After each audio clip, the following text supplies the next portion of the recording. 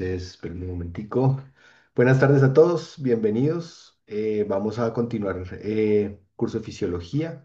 Hoy vamos a tener esta presentación que preparó Luis Felipe Hurtado. Luis Felipe es el fellow de cuidado intensivo pediátrico de la Universidad CES en Medellín y ha hecho un muy buen esfuerzo por traerles todo lo que encontró reciente de fisiología de terapias de soporte renal agudo, específicamente las sanguíneas. Entonces, adelante Luis Felipe, todo tuyo el auditorio.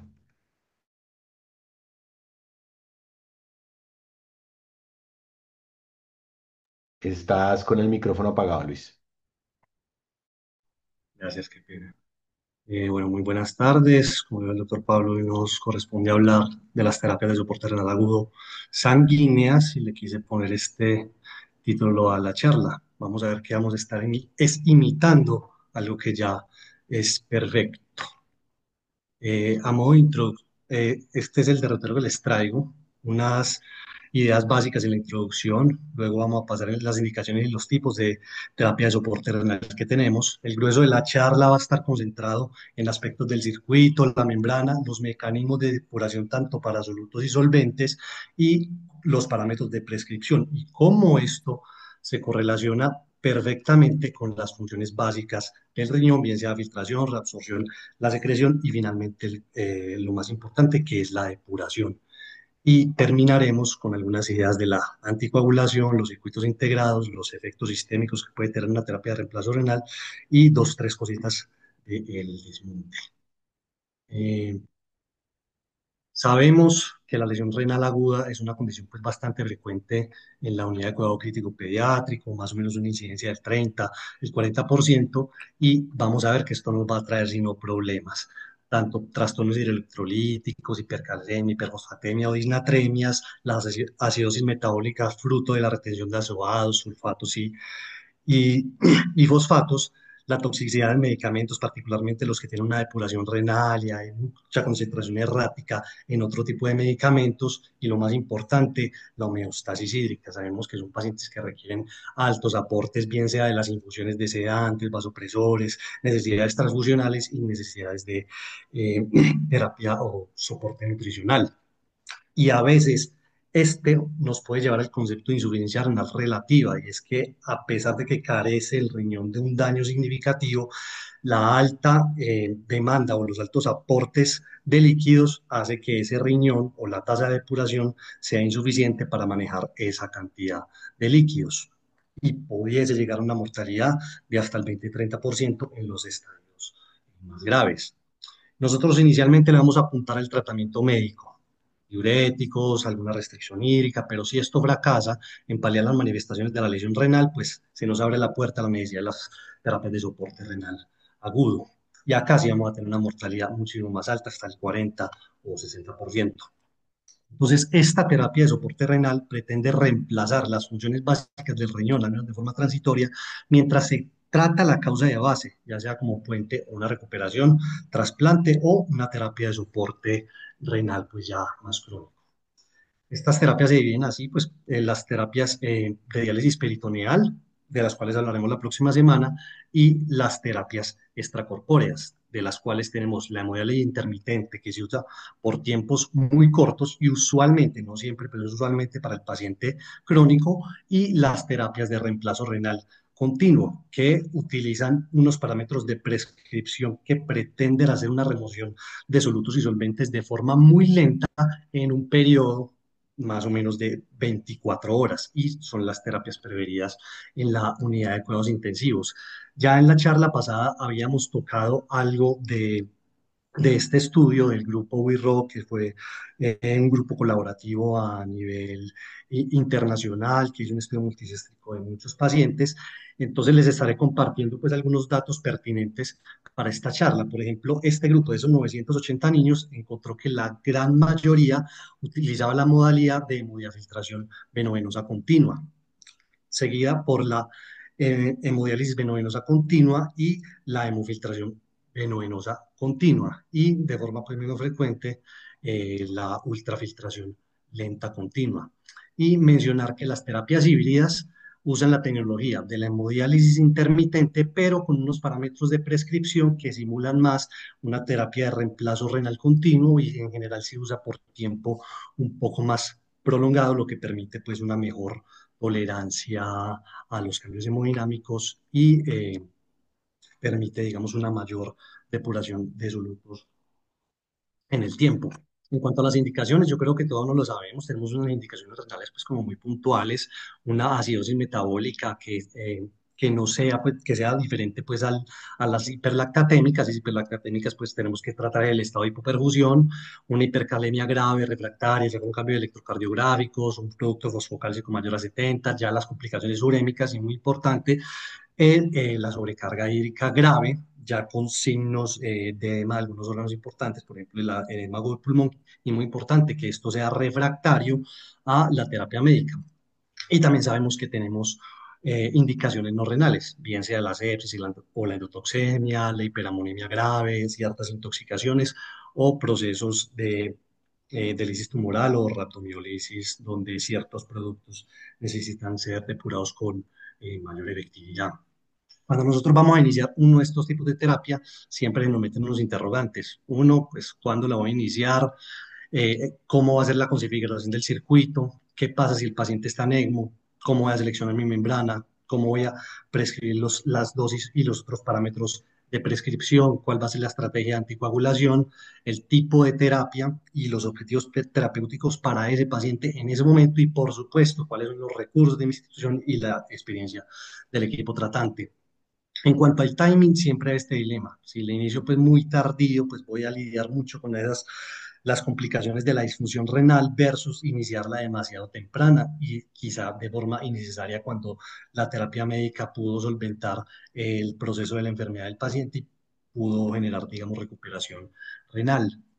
Entonces, en cuanto al timing, les quiero traer este estudio específicamente que evalúa el timing, un estudio retrospectivo de una corte de 190 pacientes, ya viejito, pues porque fue publicado en el 2014, pero ellos de esos 190 pacientes encuentran que hay una diferencia en el tiempo de inicio entre los supervivientes, más o menos 48 horas, versus los pacientes eh, que no sobrevivieron,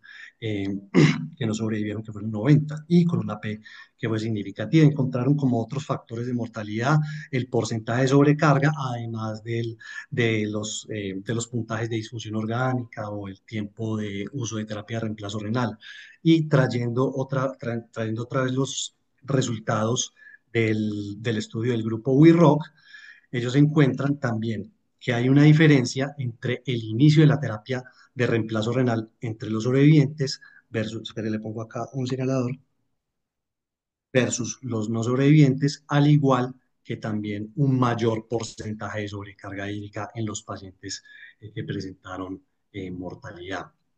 En cuanto a los conceptos básicos del circuito, vamos a ver que en general tiene una gran similitud con el riñón. Acá tenemos un paralelo de una, del circuito que nosotros vamos a utilizar con con el aparato renal. Entonces nosotros siempre vamos a tener un puerto, un acceso de entrada al circuito, que es lo que conocemos como línea arterial, si bien esta proviene de un acceso venoso y se va a asemejar a la arteria renal. Esto también tiene unos monitores de presión, bien sea antes de la entrada a la bomba, que es una presión negativa, y pre y posfiltro. Y esto se va a asemejar al aparato justaglomerular y a la arteriola aferente, aunque esto no va a tener, digamos, la respuesta automática que tiene pues el aparato justaglomerular y por eso pues termina siendo imperfecto. Tenemos el filtro que hará pues la función de glomérulo y tenemos el líquido dializante y los líquidos de reemplazo que se encargarán de simular la función de la nefrona y el aparato tubular en cuanto a la excreción y la reabsorción. Y finalmente, pues tenemos un sistema, una línea del efluente que simulará el sistema colector para finalmente retornar la sangre ya depurada de toxinas hacia una línea de retorno que será, pues, digamos, como nuestra vena renal. Y vamos a ver cómo todo esto se correlaciona con los parámetros operativos que yo le doy pues a mi terapia. Lo más importante antes de para yo poder tener una terapia exitosa, es tener un buen acceso vascular. Digamos, este es el primer paso para poder generar unos flujos efectivos sin generar sobrepresiones del sistema. Yo creo que pues, esto está en general muy homogeneizado en cuanto a los tamaños del diámetro del lumen del catéter según el peso del paciente. Con esto no me voy a detener mucho, pero también muy importante seleccionar adecuadamente el sitio anatómico de acceso. El sitio predilecto, el que ofrece mejores flujos y con menos complicaciones, es la yugular derecha, seguida por la femoral, que a veces puede tener dificultades cuando el paciente se mueve y fleja la cadera, bien sea por procesos de mala sedación, a veces pueden dificultar los flujos en este tipo de accesos. Luego sigue la yugular externa, que tendremos que tener un catéter de muchísima más longitud para que se logre localizar en la unión cabo-atrial y pueda generar unos flujos efectivos. Luego el subclavio, que es el menos preferido porque tiene muchas tasas de estenosis, trombosis, y eso eventualmente dificulta la colocación de una fístula arteriovenosa en caso de que el paciente requiera terapia a largo plazo.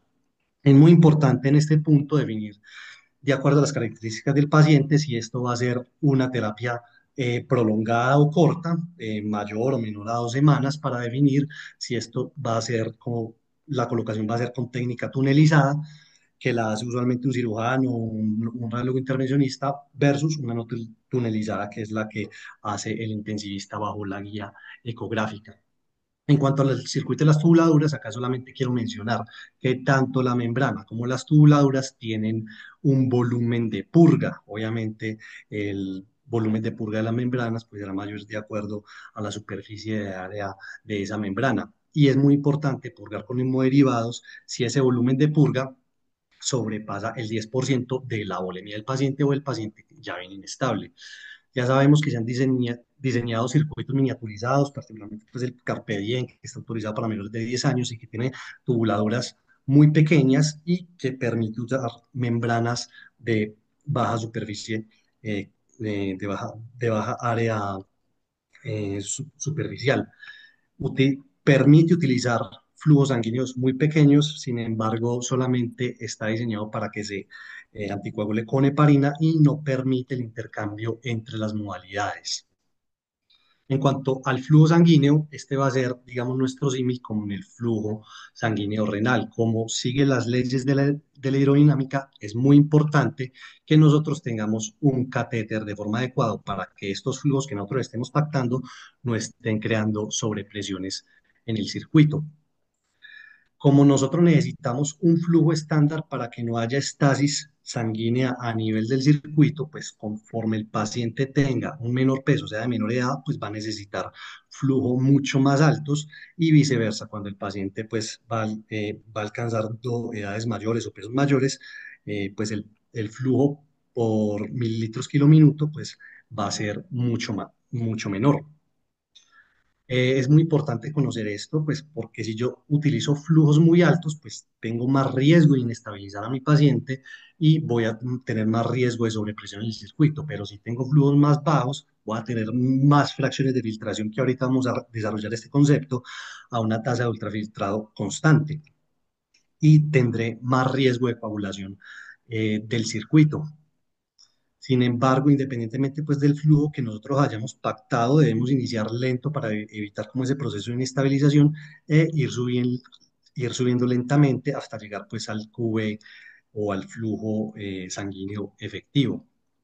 En esta gráfica quiero expresar como la relación de los tamaños de los catéteres, pues del diámetro interno del catéter y las presiones que se van a generar con respecto al cambio de los flujos. Entonces acá vemos que el catéter 4 French a un flujo estándar, por ejemplo 25, genera muchísimas más presiones, o sea, presiones mucho más altas, bien sea negativas antes de la bomba o positivas después de la bomba.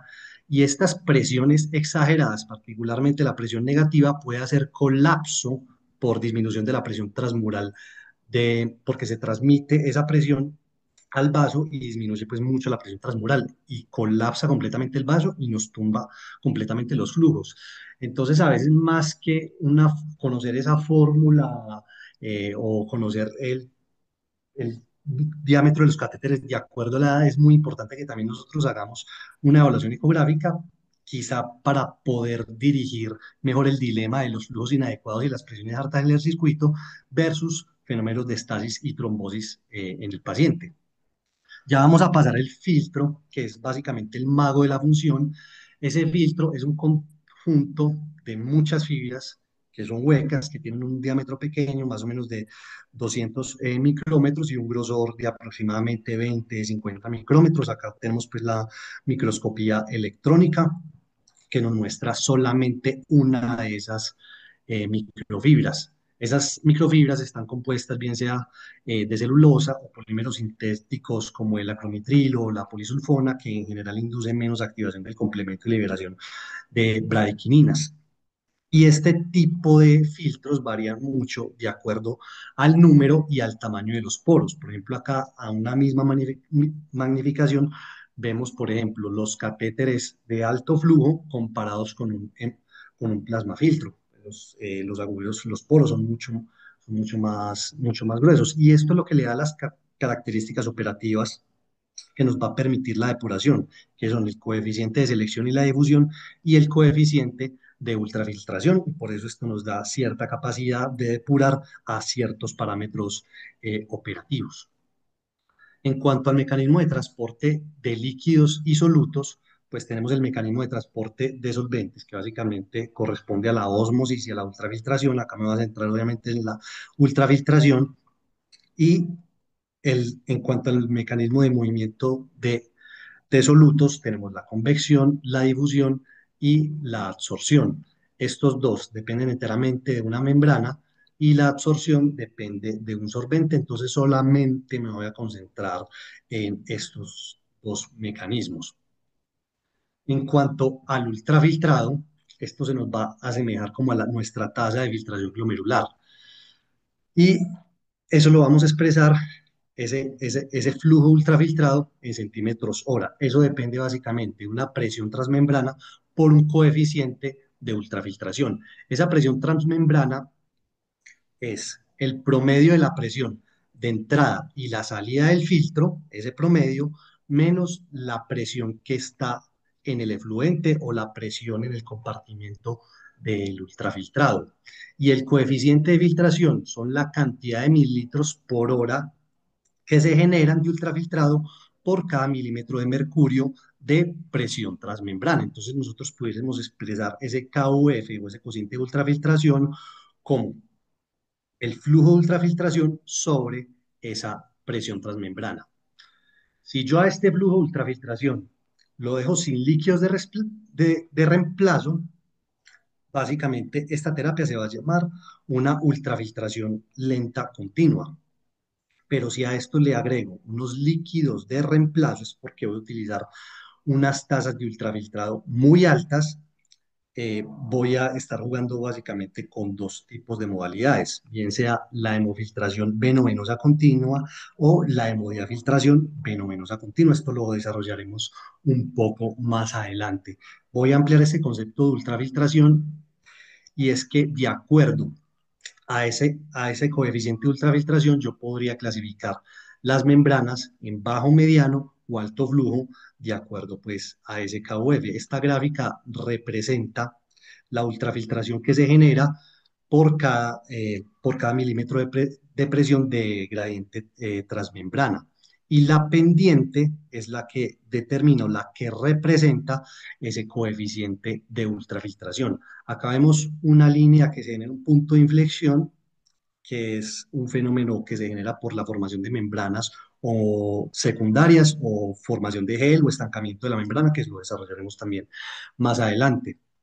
Entonces, ese coeficiente de ultrafiltración básicamente está dado por el área de superficie de la membrana, la permeabilidad de esa membrana, la estructura, el tamaño de los poros, la resistencia hidráulica que se genera y obviamente pues el material y el diseño que se tenga de esa membrana.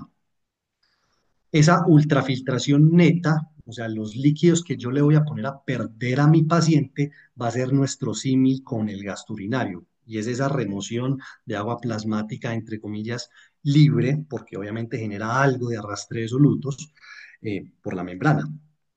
En las terapias continuas, si yo lo utilizo si yo lo utilizo en un modo de SCUF o hemodiálisis veno-venosa continua, va a ser básicamente la ultrafiltración neta. Es decir, esa ultrafiltración neta es igual al flujo de ultrafiltración.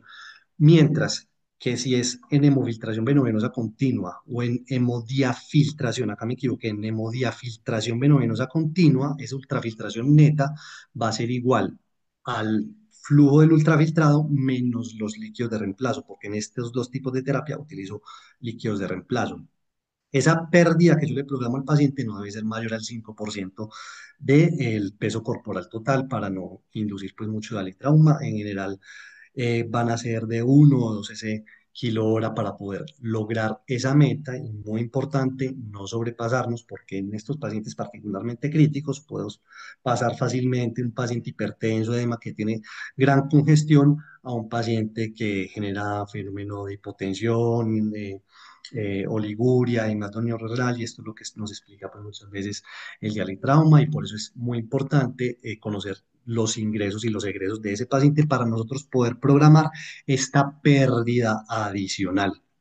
Y acá hacerles como la comparación de lo que se puede llegar a perder en una hemodiálisis intermitente, o sea, una ultrafiltración neta hasta 3 kilo hora. O sea, se saca mucho líquido en un periodo muy corto y por eso a veces puede no ser la terapia óptima para un paciente en estado crítico. Digamos, explicando el método que utiliza únicamente esta ultrafiltración, sería esta ultrafiltración lenta continua, que es la que conocemos como SCUF, y es un flujo sanguíneo que pasa por un hemofiltro y sin líquidos de reemplazo o líquido dializante genera un efluente. ¿Listo? Que es el que básicamente nosotros calculamos. Entonces, los parámetros de prescripción básicamente serían el flujo sanguíneo, que lo haríamos en cc kilo minuto, pues lo programamos en cc minuto, pero es muy importante, cc kilo minuto, y el flujo de ultrafiltración, o sea, qué tanto voy a poner a perder ese paciente. Lo vamos a ajustar de acuerdo a los balances hídricos, de acuerdo a mi objetivo, si quiero balances neutros o negativos. Y muy importante, esto no es útil para depurar solutos, solamente va a ser útil para depurar líquidos y esto es porque no utilizo líquidos de reemplazo, es decir, utilizaré pues ultrafiltrados muy bajos. Mientras que si mi objetivo no es solamente mover solvente, mover líquido, sino que yo quiero mover solutos por este mecanismo, pues voy a tener que utilizar la convección. La convección es el arrastre de solutos por medio, a través de una membrana semipermeable, fruto o en dirección al agua que se genera, pues, al movimiento del agua que se genera por un gradiente de presión transmembrana. Entonces, este gradiente de presión transmembrana que genera un arrastre muy significativo, o sea, estamos hablando de mucho flujo de ultrafiltrado que va a necesitar algo de líquido de reemplazos, todo ese arrastre, todo ese fenómeno de cascada se va a llevar consigo moléculas de bajo peso y mediano peso molecular. Entonces, esa depuración, que es lo que vamos a conocer como la depuración convectiva, va a ser igual al flujo del ultrafiltrado por el cociente de convección. Ese cociente de convección o el sieving coefficient, o que es lo que se traduce como el coeficiente de selección, y es que no todas las moléculas van a pasar por esa membrana. Ese coeficiente de selección yo lo voy a poder calcular por la concentración de X producto, X sustancia, digamos, pongamos la urea, en el ultrafiltrado sobre la concentración de esa sustancia en el plasma. Si esa relación fuera cero, pues definitivamente no pasa nada, o sea, no pasa ninguna molécula a través de esa membrana, usualmente son moléculas de muy alto peso molecular, y si es uno, pues está pasando todo, usualmente pues las moléculas de bajo peso molecular. Entonces, este sieving coefficient depende del tamaño molecular, la permeabilidad que depende pues de esos poros, la carga eléctrica y obviamente el grado de presión transmembrana a un coeficiente de ultrafiltrado constante. O sea, si yo tengo membranas de alto flujo, en general voy a modificar este sieving coefficient y acá se muestra como ese coeficiente de selección de acuerdo al tamaño de cada molécula. Para este tipo de terapia yo voy a tener que utilizar unos líquidos de reposición, porque como lo había dicho, es mucho líquido que se mueve a través de esa membrana. Entonces, si no utilizo estos líquidos de reemplazo, pues el paciente se deshidrata. Entonces, esto va casi que a cumplir la función de reabsorción tubular de ese paciente. Esos líquidos de reemplazo, entonces, van a ser igual a ese flujo de ultrafiltrado menos el ultrafiltrado neto de ese paciente. Esto me permite, digamos, modificar la composición del plasma porque yo a estos líquidos pudiese utilizar más o menos potasio o inclusive le pudiese agregar sodio a estos líquidos en caso de que yo tenga hipernatremias extremas y no quiera generar cambios muy bruscos en la osmolaridad de ese paciente. Digamos que el ejemplo clásico de este que utiliza meramente la terapia convectiva sería la hemofiltración venovenosa continua. Acá yo tendría que calcular entonces el QV según el peso, la ultrafiltración que va a ser igual a la dosis de ese paciente, a los líquidos de reemplazo y la ultrafiltración neta, que sería pues igual a ese flujo ultrafiltrado menos estos líquidos de reemplazo. Estos líquidos de reemplazo yo los puedo poner bien sea prefiltro, lo cual va a disminuir la eficiencia depurativa porque va a diluir el producto o la sustancia que yo desee depurar antes de que entre al filtro, pero va a disminuir esa fracción de filtración. Entonces acá el aclaramiento es igual.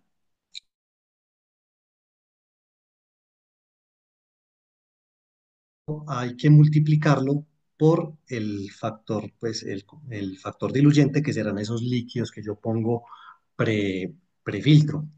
Mientras que si yo los utilizo post filtro, pues voy a optimizar la dosis porque no estoy diluyendo el, el, el soluto que necesito depurar, pero sí voy a tener más fracción de más fracción de ultrafiltración.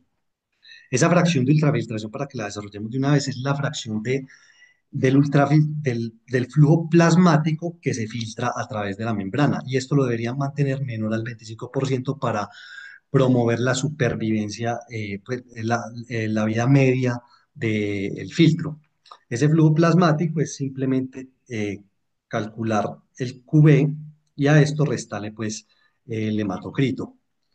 Entonces, yo podría hablar que la fracción de filtración es igual flujo del ultrafiltrado sobre el flujo plasmático más el flujo, los líquidos de reemplazo que yo le pongo antes del filtro. Entonces, la forma que yo tendría de disminuir esa fracción de filtración es o disminuir el flujo del ultrafiltrado, que con eso disminuiría la dosis que le estoy entregando a mi paciente, o aumento el flujo plasmático, o sea, el QV, que si el circuito me lo permite y no me genera sobrepresiones, pues está bien, o adicionar líquidos de reemplazo prefiltro.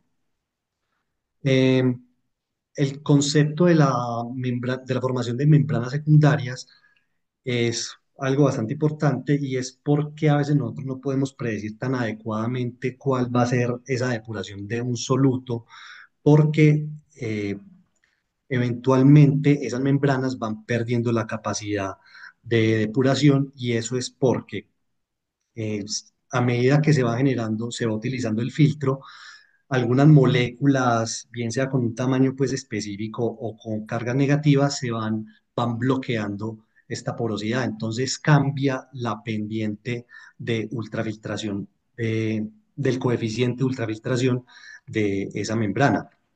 Pero esto a veces me ayudaría, digamos, en ciertos contextos a depurar ciertas citoquinas, en contexto de sepsia o posoperatorio cardio, y es lo que nos explica parte del fenómeno de absorción, que en general utiliza otro tipo de tecnologías y no me voy a meter pues mucho con eso. Entonces, si yo quisiera disminuir esta formación de la membrana secundaria, formación del gel secundario, y optimizar el aclaramiento de esa membrana, pues uno es utilizar la anticoagulación, los líquidos prefiltros, mantener flujos altos para evitar que esto se quede acá estancado y muy importante mantener fracciones de filtración menores al 25%. En cuanto a a la difusión, es básicamente el paso de un soluto a través de una membrana por diferencia de concentraciones. Este será básicamente el mecanismo que utiliza la diálisis peritoneal, la hemólisis intermitente y eh, la hemodiálisis venovenosa continua. Acá me equivoqué, acá no va la F. Hemodiálisis venovenosa continua, no utiliza un mecanismo de filtración. Ese coeficiente de transferencia de masas depende básicamente de la ley de Fick, que es el gradiente de concentración entre esas dos sustancias a través de la membrana, por el coeficiente de difusión para cada soluto que depende del peso molecular, del área de la membrana, de la porosidad y el grosor de esa membrana. Y es que acá vemos que a menor peso molecular se va generando una mayor capacidad de aclaramiento por por esta modalidad depurativa, pero conforme aumenta el peso molecular, se va disminuyendo la capacidad de depurar esas sustancias de mediano o de alto peso molecular. Y acá tendríamos que utilizar mecanismos convectivos y para moléculas ya de alto peso molecular, como ciertas endotoxinas, pues tendríamos que utilizar terapias absortivas, que como lo dije, no las iba a mencionar en esta charla. Y acá tenemos ese coeficiente de difusión que también se correlaciona mucho, pues como lo había dicho, con el peso molecular eh, de la sustancia.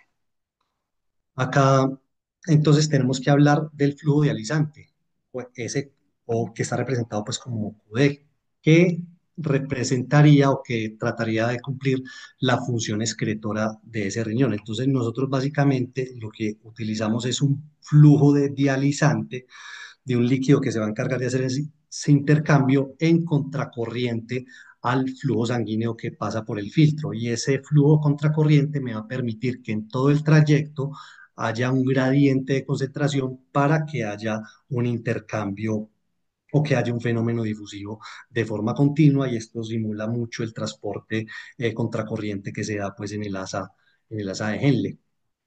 Estos líquidos que yo le agrego al paciente, eh, pues también tengo la posibilidad, digamos, de modificarlos. En general, vemos que tienen una composición similar al plasma y van a tener algunas moléculas de interés fisiológico que no queremos que se pierdan durante la terapia depurativa.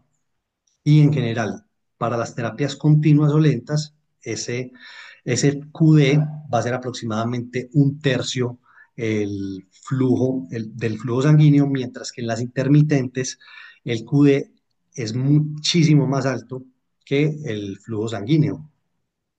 Y acá vamos a poder expresar el aclaramiento como el QD o el flujo dializante que nosotros le estemos dando a ese paciente por el coeficiente de transferencia de masas, que es básicamente la concentración de la sustancia que queremos medir en el.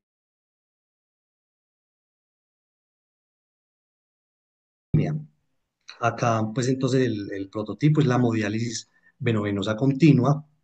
Acá, digamos, ya el esquema se va volviendo pues un poco más simple después de lo que hemos hablado. Ya utilizamos ya acá como lo hemos visto, no quiero ser en general redundante, pasa el flujo y utilizamos acá el flujo dializante que va en contracorriente para generar finalmente un efluente. Entonces acá lo que necesitamos calcularle es el flujo sanguíneo, el ultrafiltrado neto, el QD que va a ser igual a la dosis menos el ultrafiltrado neto, y la dosis finalmente la podemos expresar en estos pacientes como el QD más el ultrafiltrado neto. Y en cuanto a la hemodiafiltración veno-venosa continua, eh, lo que tenemos que acá utilizamos son los dos mecanismos, mecanismos de difusión y mecanismos de convección. Entonces, aparte del líquido dializante, pues voy a tener que utilizar líquidos de reemplazo, porque también estoy utilizando un mecanismo convectivo y tasas de ultrafiltrado muy altas. Entonces, esto lo voy a tener que poner bien sea prefiltro o posfiltro. Entonces, voy a tener que calcular el QV, el QR, que son los líquidos de reemplazo, bien sea pre o pos o las dos, el QD y el ultrafiltrado neto que yo quiero pues que pierda ese paciente, siempre manteniendo pues como esa fracción de filtración menor al 25%. Y acá el aclaramiento va a ser igual al QR, que son ese flujo de líquido de reemplazo, y el QD o el líquido dializante. En cuanto a la dosis, que es lo que nos representa la depuración, es la cantidad de sangre purificada de X soluto por unidad de tiempo. Y eso, como lo hemos visto pues, en el curso de fisiología, es la tasa de masa depurada, que es masa por tiempo, sobre la concentración plasmática. Esto en el riñón lo expresamos eh, como la cantidad de orina que se presenta que se produce en una unidad de tiempo por la concentración en la orina sobre la concentración plasmática. Mientras que en la máquina o en estas terapias de reemplazo renal va a ser igual al efluente en cc hora por la concentración del efluente sobre la concentración plasmática. En la hemodiálisis intermitente, con esto pues no me voy a detener mucho, se mide en cuestión de eficacia. Es decir, esa depuración por unidad de tiempo, que es lo que llamamos intensidad, sobre el volumen de distribución de X soluto, que en este caso pues es la urea, que es igual al agua corporal total del paciente, que no es útil en un paciente de cuidado crítico, ya que sabemos que se alteran mucho los volúmenes de distribución y mucho la unión a proteínas. Y es por eso que en las terapias de reemplazo renal continua hablamos de la dosis con respecto a la tasa del efluente. Si es una hemofiltración venovenosa continua, va a ser igual al flujo del ultrafiltrado, que como sabemos es igual a la ultrafiltración neta más esos líquidos de reemplazo. Si es en hemodiálisis venovenosa continua, es igual al flujo del dializante más el ultrafiltrado neto. Y si es una diafiltración venovenosa continua, va a ser igual al flujo del dializante más el flujo del ultrafiltrado que tiene tanto los líquidos de reemplazo como el ultrafiltrado neto. Esto, pues, hacia grosso modo, se ha pactado más o menos en 25 a 30 cc por kilo por hora, que si nosotros tratamos de hacer un KTB llevándolo al tiempo y haciendo la división del volumen corporal total, del paciente, acá es un ejemplo con un niño de 10 kilos, esto nos generaría más o menos un KTB de 1,2 por día. Pero como les digo, esto no es aplicable en un paciente en unidad de cuidados intensivos. Es muy importante diferenciar la dosis programada versus la dosis entregada, y es que vamos a tener tiempo fuera de diálisis, bien sea por eventos quirúrgicos, disfunción del circuito, alarmas por cambio de filtro. Y muy importante que conforme yo tenga más sobrecarga hídrica, en general voy a entregar menos dosis que la prescrita. Y es por eso que las guías nos recomiendan, en general, programar un 25% más de esa dosis que nosotros queremos. Y es por eso que nosotros vemos alrededor de 30 o 35 cc kilo hora. En cuanto a si las dosis altas o dosis bajas, eh, yo creo que este dilema, pues ya como que con los estudios son muy claros, y es que utilizar dosis tan altas en general, si bien yo estoy pensando en mayor depuración, esto me va a traer más pérdidas de proteínas, fármacos de interés pues, para el paciente y ciertos micronutrientes. Y ya hay estudios pues viejitos, inclusive pues aleatorizados, por ejemplo acá este del New England del 2009, que fue un RCT propiamente, fue de adultos, pero que fueron pues bastante pacientes, fueron más de 700 pacientes en un grupo de dosis altas versus 760 pacientes en un grupo de dosis estándares, y vemos que definitivamente no cambia la mortalidad.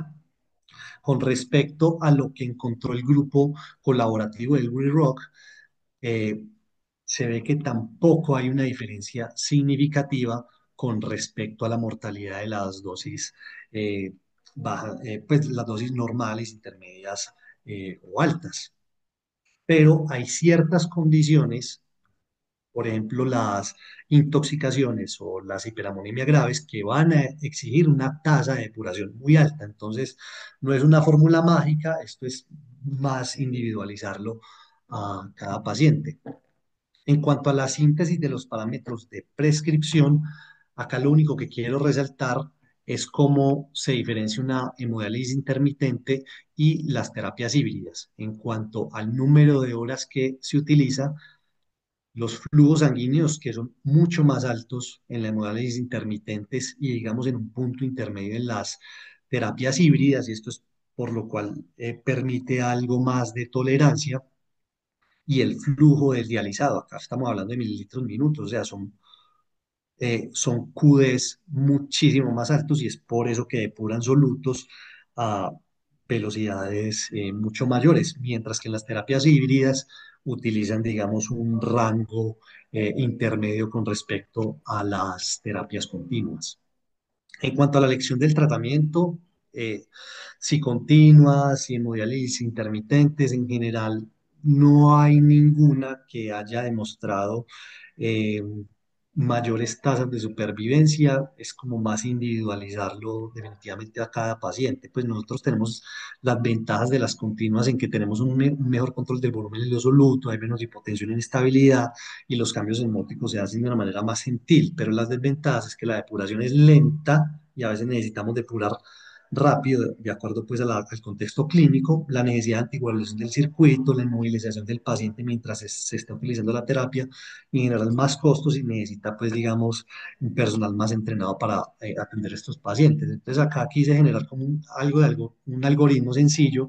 Si yo lo único que quiero depurar son líquidos, y no le quiero depurar solutos, pues voy a utilizar un SCUF. Si yo lo que tengo son acidosis graves, con intoxicaciones, hipercalemias graves, pues acá necesito depurar rápidamente y probablemente utilice una hemodiálisis intermitente.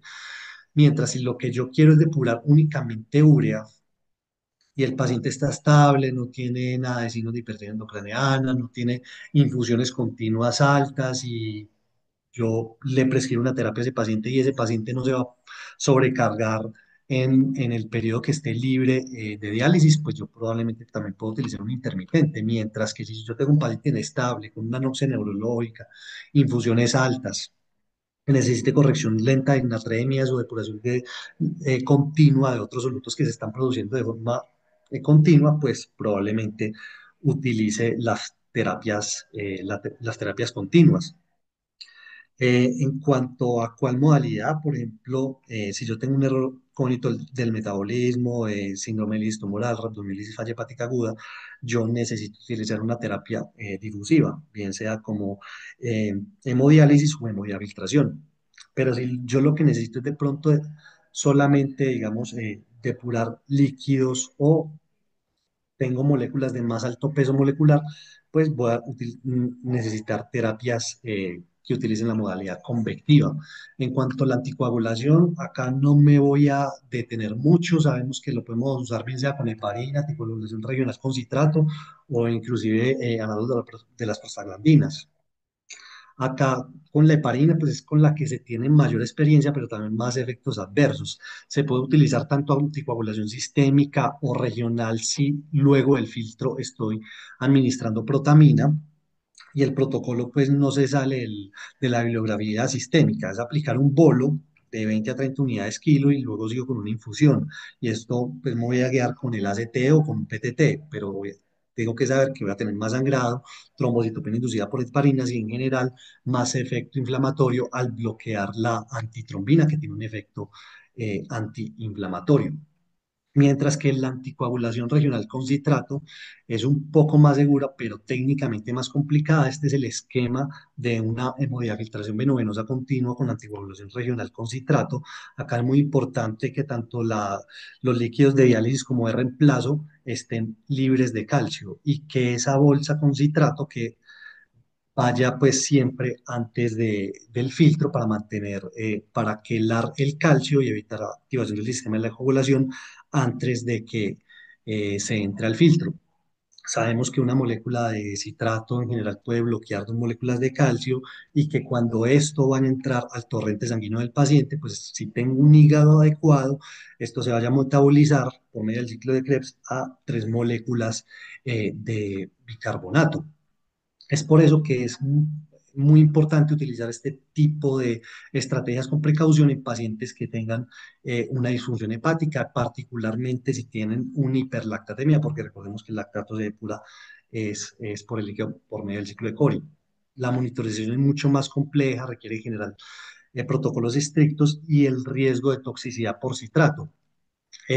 La monitorización, pues esto lo voy a usar la monitorización postmembrana con un objetivo de calcio ionizado de 0.4 a 0.25 y de acuerdo a esto voy a ajustar la concentración de citrato que yo tengo pues en el circuito, que usualmente va de 1,5 a 3 milimoles litro, mientras que el calcio del paciente, que es un calcio pues que yo puedo tomar sistémico o prefiltro, con esto es que voy a ajustar la reposición de calcio, que en general va pues en una línea diferente al circuito, como lo pues lo muestro acá, y estar al menos midiendo una vez al día la relación de calcio total sobre calcio ionizado, que sean en las mismas unidades, es decir, milimoles litro, milimoles por litro o miligramos sobre decilitro, pues, como lo queramos medir, para estar monitorizando la acumulación del complejo calcio-citrato que se va a manifestar por acidosis metabólica, un calcio ionizado bajo, con esta relación calcio total,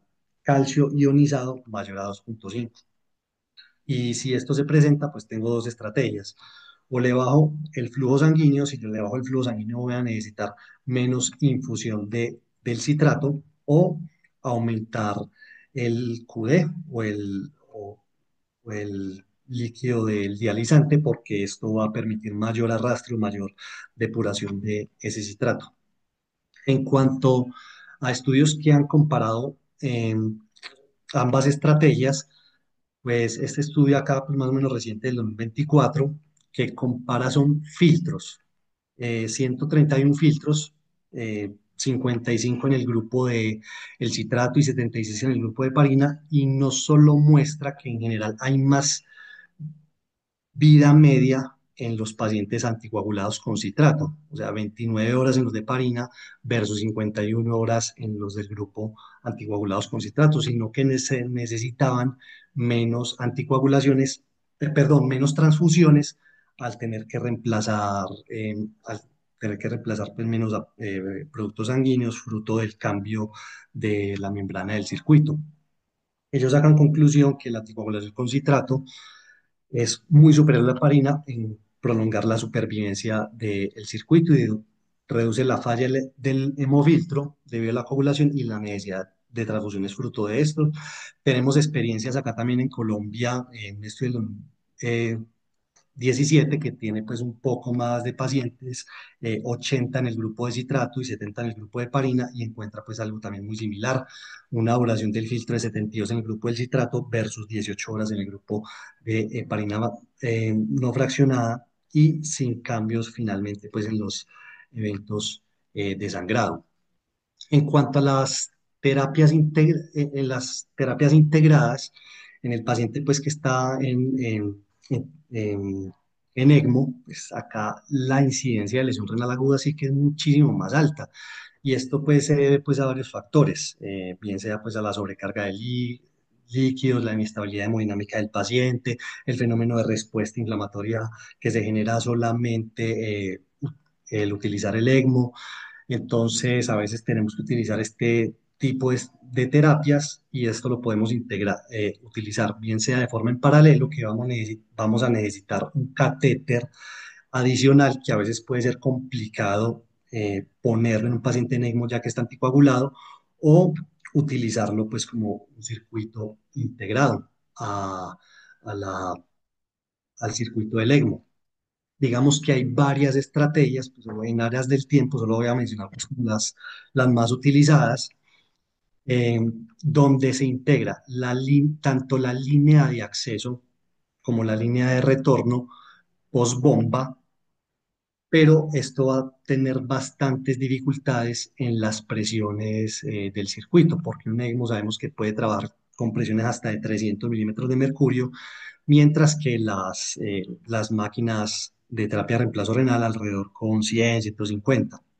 Y en general la estrategia que he visto que se utiliza más y la que más utilizamos, por ejemplo, en mi unidad, es utilizar la línea de acceso post bomba, y para que no haya dificultades con las presiones, acá le ponemos una pinza de Hoffman para regular las presiones, y la línea de retorno la ponemos prebomba, aprovechando pues que acá hay una presión negativa. Si bien vamos a tener que conocer y darnos la pela que esto va a generar, digamos, un fenómeno de recirculación, pero es la que en general más permite, digamos, un funcionamiento más fluido de estas terapias. Y aquí ya para ir terminando, conocer los efectos sistémicos que puede traer este tipo de terapia. y es que tengo que proteger básicamente todos mis órganos y particularmente el cerebro. Si yo hago correcciones muy rápidas de una uremia o una hipernatremia, pues voy a generar un fenómeno de edema cerebral y, y con riesgo pues, de hipertensión endocraniana y herniación. Mientras si yo hago una corrección rápida de una hiponatremia, por o eliminación rápida de líquidos, pues voy a generar un fenómeno de deshidratación en el encéfalo, tengo el riesgo de mielinolisis póntica y ruptura de las venas puente comunicante con hematomas subdurales. Muy importante estar pendiente de ciertos niveles terapéuticos, la hipotermia que yo pueda generar en mi paciente. Con este tipo de terapias yo voy a perder muchos aminoácidos y por eso el soporte nutricional pues tiene que ser muy óptimo y obviamente estar vigilando, digamos, el estado cardiovascular de mi paciente, que si bien yo puedo tener un paciente que está bastante sobrecargado, en un paciente crítico con pequeños fenómenos, con pequeños cambios de volumen, me lo puedo llevar, digamos, un fenómeno de alto gasto o si me pasé, pues lo dejé muy seco y es lo que genera eventualmente el dialetrauma y retraso en la recuperación renal.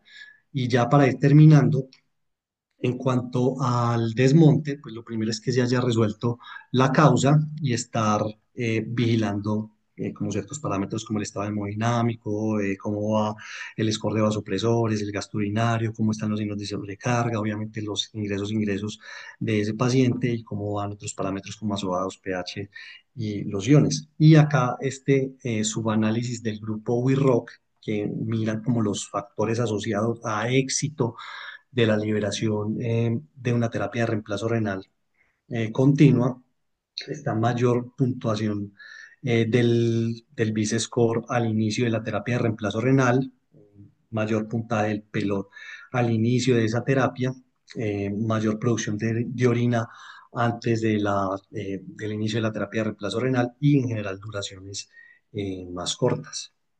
Con esto pues quiero terminar con estas conclusiones. Cada uno de los parámetros que ajustamos durante la terapia de reemplazo renal se asemeja de forma imperfecta a las diferentes funciones renales. Conocer la fisiología nos permite hacer ajustes en los parámetros de prescripción de forma más atinada en busca de un objetivo terapéutico, manteniendo la supervivencia del circuito y del paciente. Y la anticoagulación regional con citrato en general debería ser como la elección en la mayoría, no en todos, pero en la mayoría de los pacientes, y que la dosis correcta pues varía según cada paciente y entre cada momento de ese mismo paciente. Eso sería todo. Muchas gracias.